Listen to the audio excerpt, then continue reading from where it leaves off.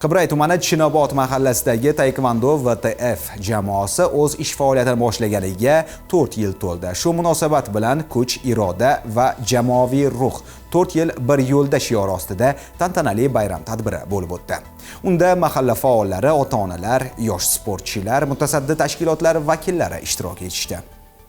Jamoa o'z faoliyatini boshlagan ilk kundanoq yoshlarni sog'lom turmush tarziga, intizom va qat'iyatga yo'naltirishni ustuvor vazifa sifatida belgilagan. Bugungi kunga kelib esa mazkur jamoa taekvondochilari yuzlab o'g'il-qizlarni birlashtirgan, mintaqada o'z o'rniga ega bo'lgan kuchli sport maktabiga aylandi. Tadbir davomida jamoaning qisqa vaqt ichida erishgan yutuqlari alohida e'tirof etildi. Yosh sportchilar viloyat va respublika miqyosidagi musobaqalarda ko'plab sovrinlar qo'lga kiritgan. Xalqaro arenada esa O'zbekiston sharafini munosib himoya qilib kelmoqda. Bunga murabbiylar bilan yo'lga qo'yilgan tartibli mashg'ulotlar, zamonaviy tayyorgarlik usullari va jamoa ichidagi o'zaro hurmat muhim omil bo'lib xizmat qildi. Tantanada sportchilarning mahoratiga bag'ishlangan ko'rgazmali chiqishlar keng namoyish etildi. Aniqlik, tezlik, texnika va kuch uyg'unligini mujassam etgan har bir chiqish tomoshabinlarda katta qiziqish uyg'otdi va jamoaning bugungi darajasi qanday ekanini yaqqol namoyon qildi.